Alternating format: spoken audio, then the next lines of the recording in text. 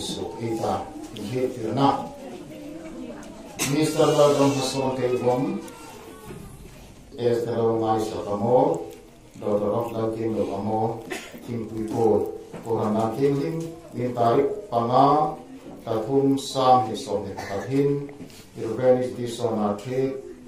PCI Khuongluong bigina kudin swina Innei ti kan cheu ti hi leka taruma tatu upas soida zo Keivom Khuongluong tun sakting zo ambo leka tar upa rang ku tham le lal ni thangli zo nga je leka tar mu le ge chani da pilo ni ti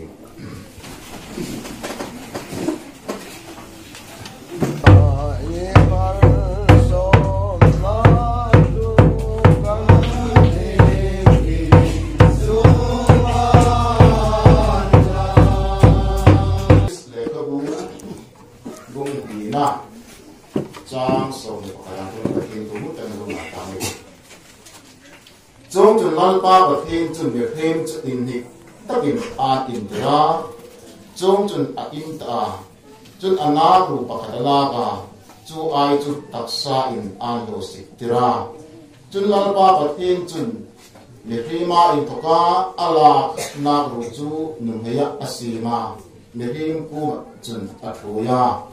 hizat hi chu karu haya in thoka ru kataksa in thoka taksa nei chani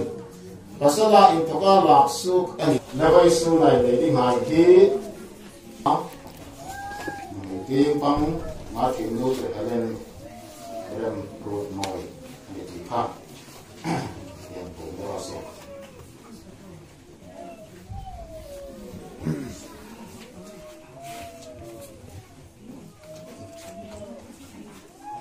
in cheo tania in lang lo dinga tukru in kom na a rit no dinga zia ru kom dok no ani dali sunat ya nikin ya man in kuna mani hil ipruk mani zia ru hai chalan lam thoding anya tuin tu hin patin hin inin nei arem no na umani chun nangni ngei inin pongin anya pasal ting panga voi su hin hi Esther Lalngaisak hi numaya inei ding arem no na umam chunga bok chun Esther Lalngaisak kom na arem no na ko no ani hi chu ani ngaya in ei mai ta ani trong phong ting ringin indam su nei in timam long chunga bokin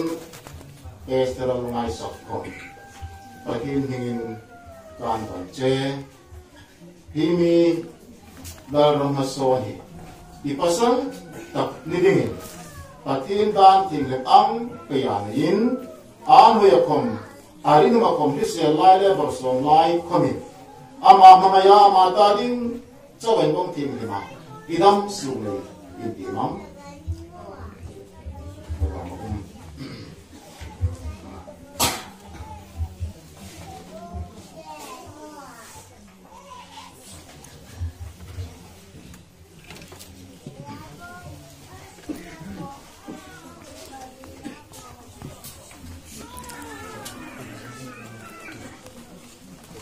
Kei Lalramhmasawn Keivom him nang Esther Lalngaisak amo hi kadum hei tak nidingin an hoyakom arin makom thei lai kom house supply kom hise lai le borsom lai komin thi nai ne me ma khatchu mangaya enkola rombolte dingche in voisu lan tokhin pathin dan tinghlim ang penin kai ta che ti kan ke tir da chung ang bokin Lalngaisak Kei Esther Lalngaisak ahin nang Lalramhmasawn Keivom hi kapasal tap nidingin an hoyakom ani numakom Rev-H.T.Sawna hausak lai kom Christian lai le barson lai komin tina in ami trema katsu mamaya enpola robote dinche in Wesu nan topin ahin dan THIENGHLIM ang kayin kanay tache ti kan hitir galpa in RAMHMASAWN sila in dan THIENGHLIM ang kayin kanay tache anih ti entir na dingin le hejing na dingin ikut sabihi kan kuntirce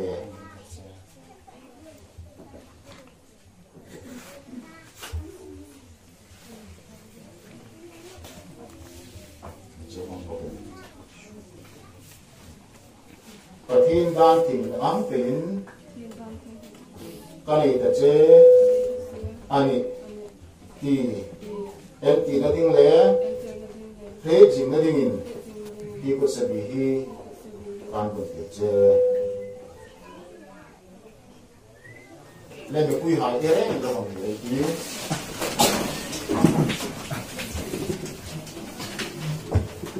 tu hình unau pa Lalramhmasawn Keivom le unau nu Esther Lalngaisak hai him pathin dan THIENGHLIM ang kaya Innei dingin pathin le Kohran hai ma thu an thunga zuin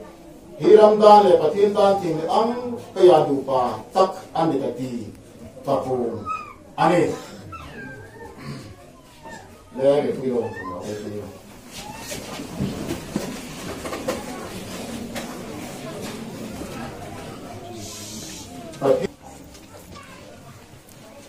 lalpa kan pathin ni hamai tu le bilung si tu ro pui ta kalwa na mi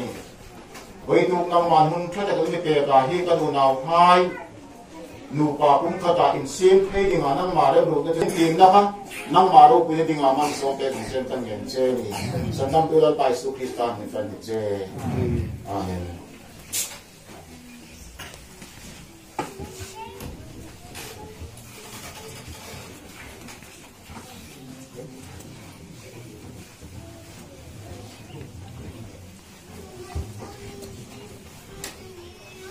trong tiền nó trong trận này thì pa đấy nào pa đấy ta rau thì mình chun pin đen xin mà treo in đâm sung à nụ pa cũng khát đi đinh lệ pa thiên mau sớm nè lau pa ta rau thiêu tho thế là mặc tức là thôi in pin bê rồi sẽ treo amen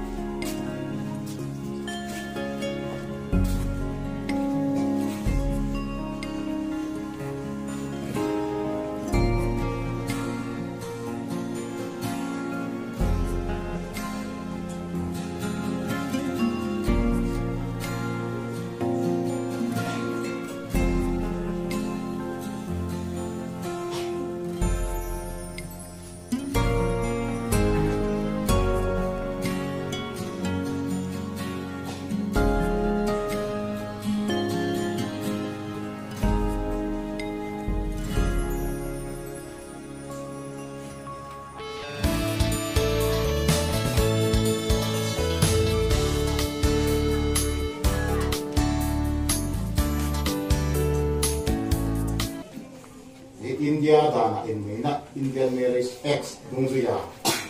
Kohran koma inmi na ibu say anya certificate ani uma pakat hi sarkarami anya India dana inmi na dan anya chungom bokjun kacha hill tribe sinat komin certificate abot saya chu ang tin na kacha hill tribe sinat certificate of matrimony. This is to affirm that Mr. Lalramhmasawn Keivom, son of Keivom, Khuongluong village, Miss Esther Lalngaisak, daughter of Lalngaisak, village, are united in a holy matrimony, but an act of Christian marriage solemnized at Khuongluong by Rev-H.T.Sawna Thiek on 5th March 2021. Ju inina anya hi aramdan le ko randan anga inina besun bu sai ni ka ei da poi mo ta chu ta ti ma ti ni ka ti si ni mo ko sa ti ka ti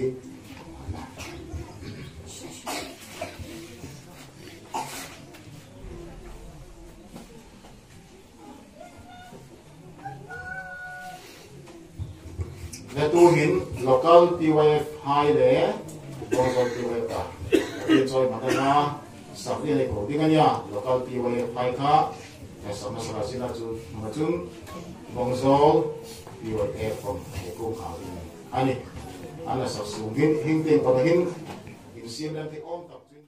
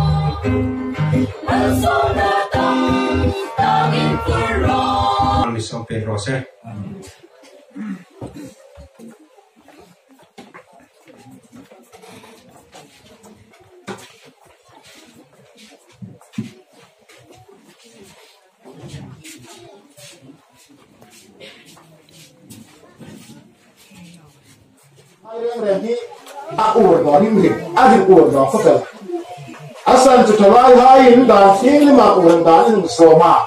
in le thienghlim bot sai tam ani thei le ding hin poti ahong zingani amiro ga chong teng pang ne tun ki sa thil ti pang na sa te ei le hai pe le hin pathin dan zo ni alo han sana ani chu joli le in tu el khom Kohran dan thienghlim a numai pasal ka nei lo ani amir ka in sumat azir na ti pa wa ka ko mong ro alam pui hin ka che ei pa hai ko ma fero alam pui hin ri che ni ko po de hom thak no ni chu le abul kan kha ha ring tu kal choi la khan achan be zo le ti am bok khan abul kan thang ni ti no mei van du kan nu le pa hai ei tira thi pui ma sunga athel lem chu malan thi dong da men lo fu kin san no an ka bi hai ka ben pe ho na mo chu da ba Christian sung ko in kan arab la ko mo ấy thì rồi nó đi vào đi chỗ này là những abul trần thật cho trần để cho bọn nhà mà ngày na Indonesia này thì không ấy trần nên phơi lên rồi mi mau sống ở trong bảo và cái đấy lên rồi à anh mình mà mày ngồi ngồi không đến tập thuốc nói mình mò có sao lại ngồi ngồi không có anh tập thầu gì này đúng tiền má tiền như là đến chụp phone cell phone này cả mò ấy ngồi nó không cả ấy phát cùng má cái in chụp của cái cũng nó ở cả abu roke ataman ta betul abu le kan no no inne na ko un se ko ni de ri ko mo ne la no ko mai tia mo ko ko na su ni mai la pa sa le patin tu ang ta inne na ko sa ta ya ai me ai patin ne ta ni no se ko verin ase to ke tamta ni mai la pa sa ni la hi tu in tu sigan beri pa an ta dingari tu ta ko verin pa me ri ngai to ru người đây pasal ini hi vangkat tadik ahli dekani. Kober itu sorkan dan lampe dakis itu sorkan nak komen. Nasab takin ahi nanti kiri kiri. Jangan ini lumailah pasal ini lah hidup tak elero kita tu ahum ni itu koberin adung sonti ada lagi ni apa ini ani pasal lumailah lumai inmi koberin tak ada mantap jangan jadi sort nama ini bukan itu lah itu sosial media rata ini bukan ini itu mereka terus patin ku amnila ini lah Kohran tak ada long kita pas baru kenal ni kirsta so koberin aku mantap so mas podno anih Bible mongkur haidan Rev-H.T.Sawna tu patin lalu no ni hai ati ania so mas Kohran ni pomtino ni với tôi có thể hình dung để chuyên đến tập của sách để mình arrow queen để phải lại có lại có tiền chủ đàn xin là từ đây chuyên đến đây hít học được nó đâu tôi làm đàn thế nhưng mà cô qua in này đã là cô ga in này đã X-Men thì có ban tập nổi đen rồi ấy ngày tôi đã tập sao tôi sắp nó xuống có ấy bồi quỳ hai khá ấy phải thêm tôi bồi quỳ thế thôi thì khác thế sao mà lên nào ví dụ cái thử nổ mày ví dụ đây là hai sắp cái này tôi bị chúng tôi cái gì chút này thôi rồi có mấy cái luật thay ta thì na anh nào Lalpa amin din dan lupa pun kat ni dengan tunau pa Lalramhmasawn Esther Ngaisa kai kan anih ale ka hai ka sarkar dan ania marriage exdumzui kanania alle include divorce exdumzui akoda ani tikat le kha daran anas bai ko puka ale ka do le roho ta le ire khaya amir sarkar tu lah ya din sudah koi mau ema tu kau koi mau tak anih legal marriage ania ini mai tak pasal tak anih tika approve na na tu lah sarkar ni pun tanai na tika ini koi mau tu sarkar le kau ni lai sini ini apa tu koi mau Misalkan baksun ini kan ya kahain pot kira andro hopa ikting koman anti ini anak juga itu guna patinya kalau naik mai itu yang dapat terkait no ini tak koi mau ni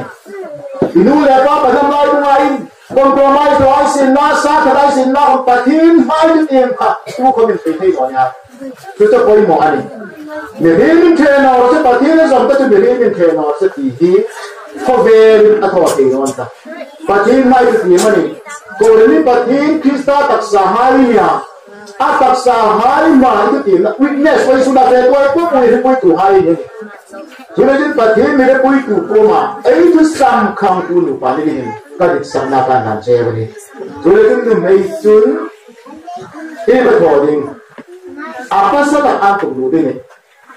Adia, ini song tolong ya ni. Tapi tu le tiada baru tiada orang itu pasal tu meiduan dong. Ibu kan itu kan itu mungkin orang media antik ni mo.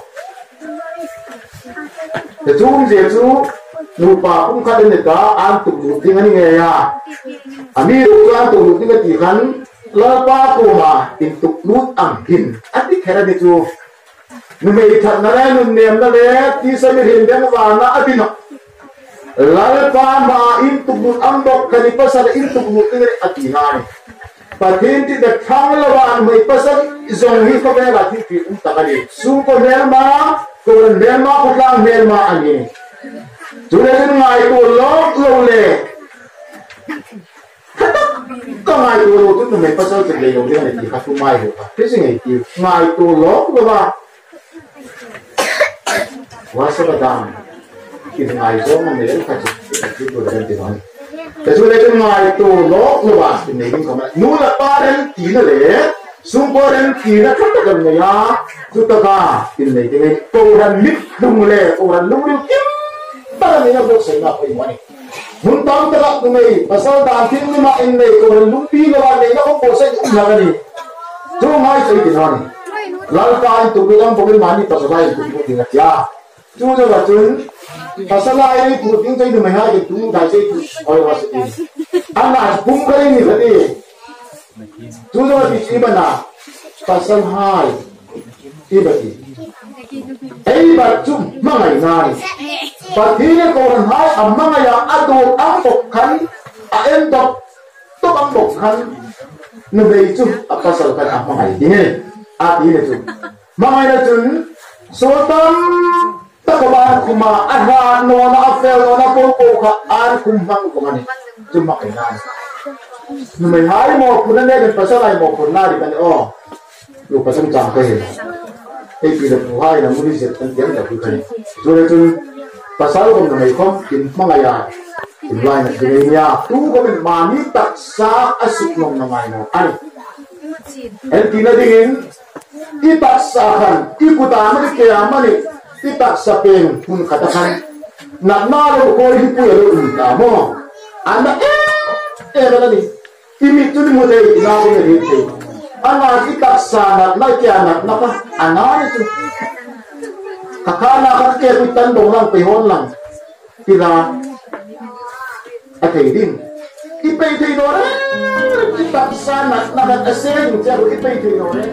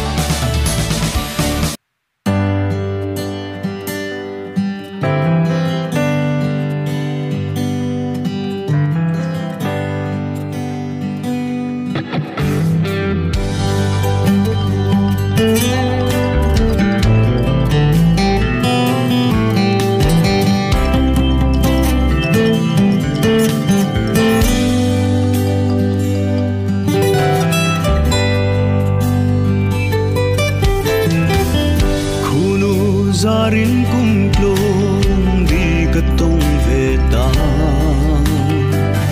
mangay na parvul zing sin la karamel ma rang hai sin la khom ringum takin no dinun ne tam lai ni hun tôi te sung hi ngai tak le ringun hang hi kunun mi veng mol sila ei rai choi hai le runin lam moi ngei di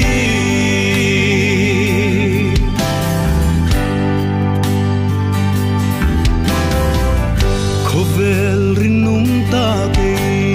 palmek lai jing hi don chang in khil hai tlang nge sing khum khunu a in hat sing in lungam te in run moi ei di tam lai ni hun tôi te sung hi ngai tak le ringun hang hi kunun mi veng mol sila ei hai choi hai le runin lam moi ngei di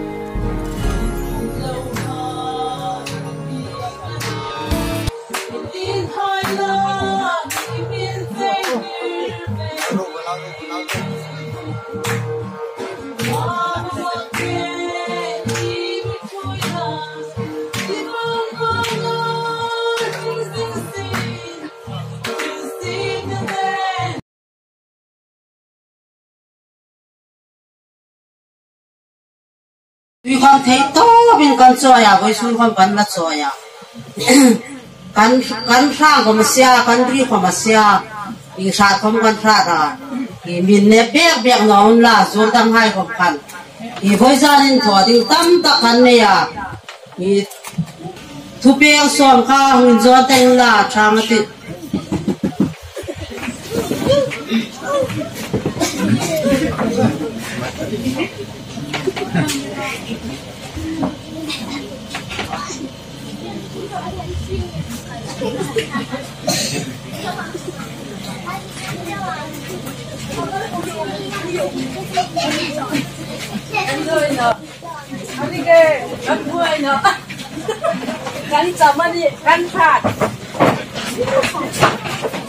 Chilpek in Ganman,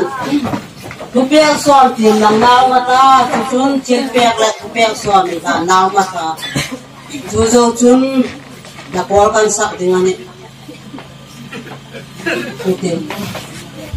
Utim Road.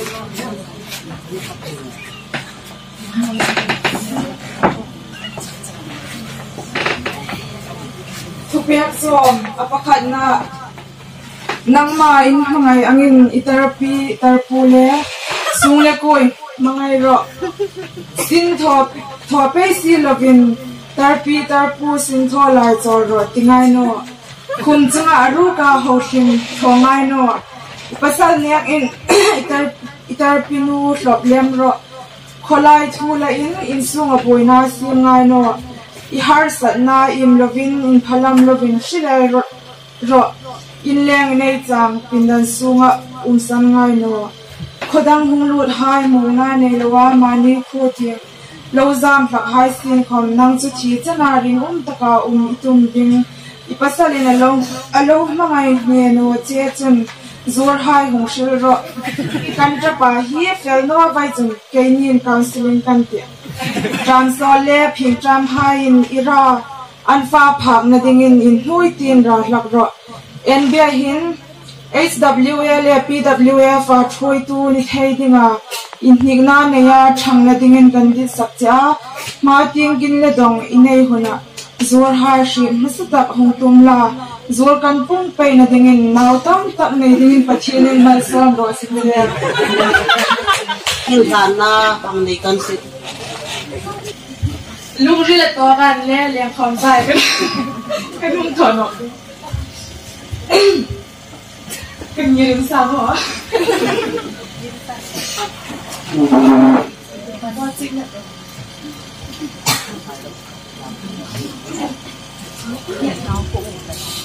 Kia khách chơi đơn rồi.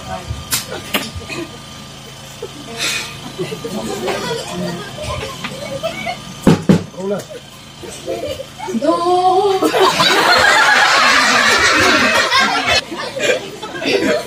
Misoto.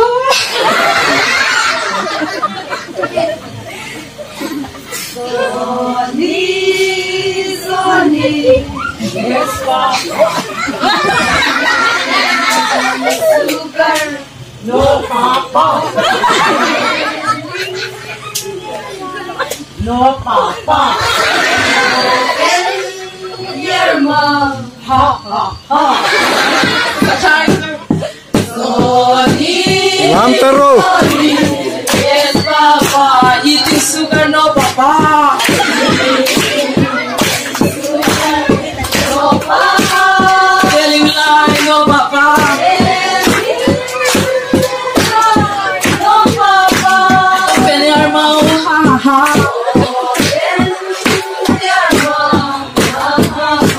Since nói kia rồi kia.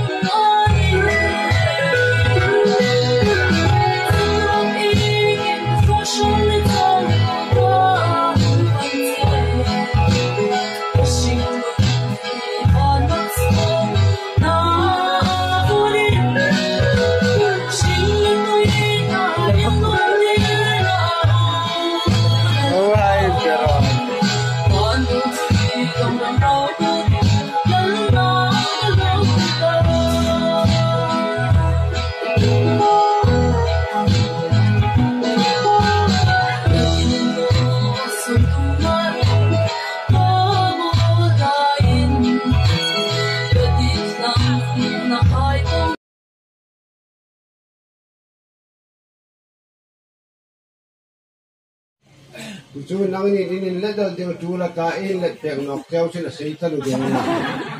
xin in hilin san in chỉ kha mi xin tiếng bao bao in lạc bèn cái xin là tiếng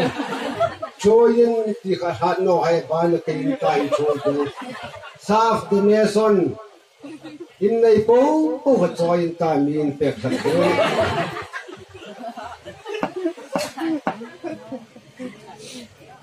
trôi mồi na Thiek Mr.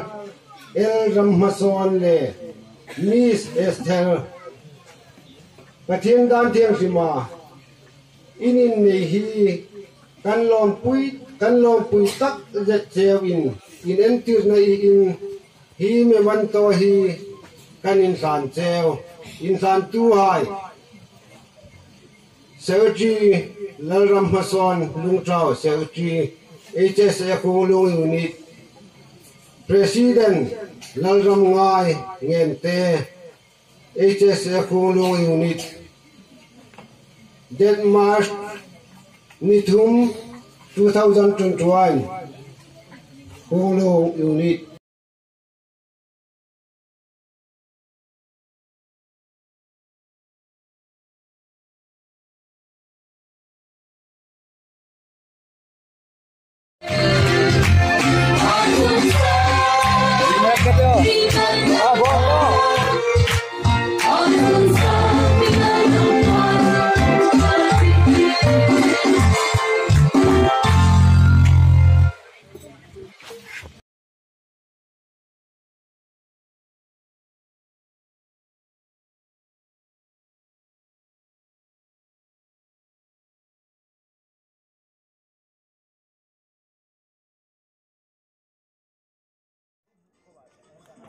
That 5 March 2021 Langwal Lalramhmasawn in Dan Thienghlim Ngaina chu Trum Trek ni lo hung in her suk no ante Mr. Dutusam Alo ai không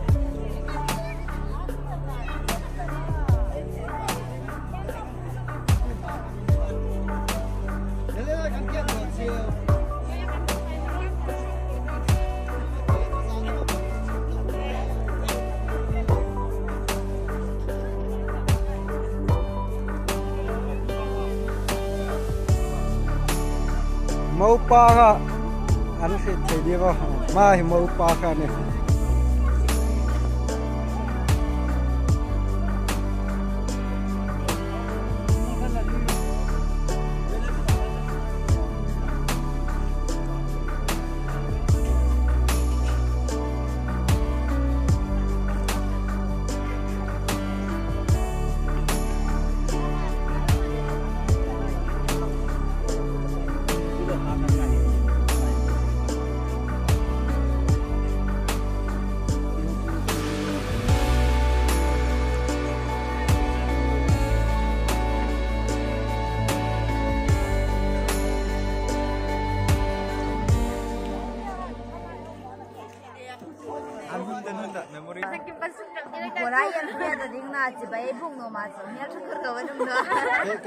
Manipur tiangan thoa hungai kati ngamin ngai dan la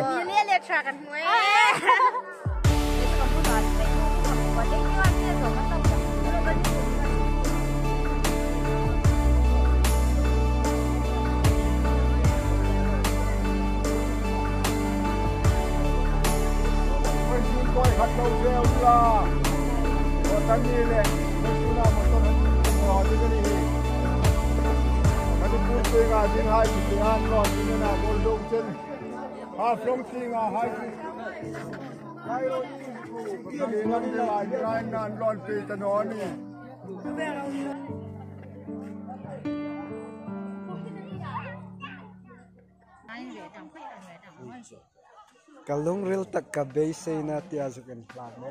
dia no ko ma hoye to